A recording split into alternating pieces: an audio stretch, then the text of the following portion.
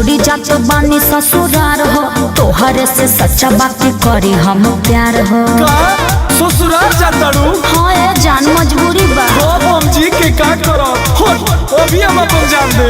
ना ए जान ऐसे मत करी हो, तह के हमार प्यार के क्रिया हमरा के माफ कर दो प्लीज। अब का मांगेलू माफी, कैलू जमन बा काफी।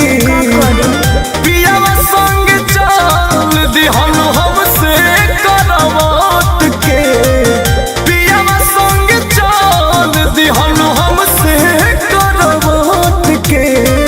बिजली के तार पाई यार तोहर मोहरी लटक के। बिजली के तार पाई यार तोहर मोहरी लटक के। अरे कुल का कहता रो?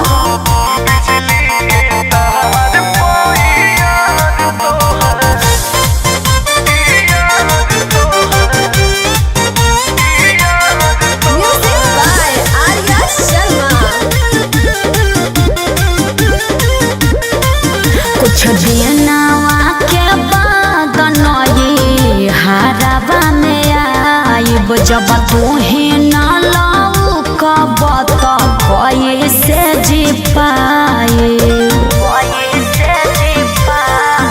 बड़ी दुखी बनी दिल चकन चूर को दिहलू। अच्छा छोड़ो ना। चललू ससुरा हमके मोहरेला मजबूर को दिहलू। का करी? अब जानी रोआ हमार कोना में लिपट के। अब जानी रोआ हमार कोना में लिपट के। तो बिजली के तार पोई यार तोहर मोहरी लटक के। बिजली के तार पोई यार तोहर मोहरी लटक के। ठीक नहीं खा तू।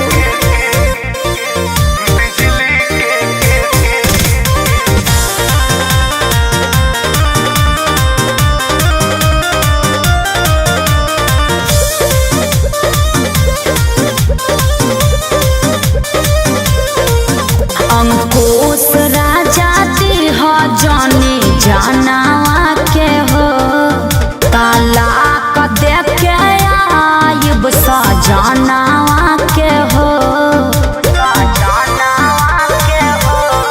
तोहर पियौआ न मोल नहीं छोड़ पइहे हो, तोहर शादी वाला बंधन नहीं तोड़ पइहे हो। का करी हम?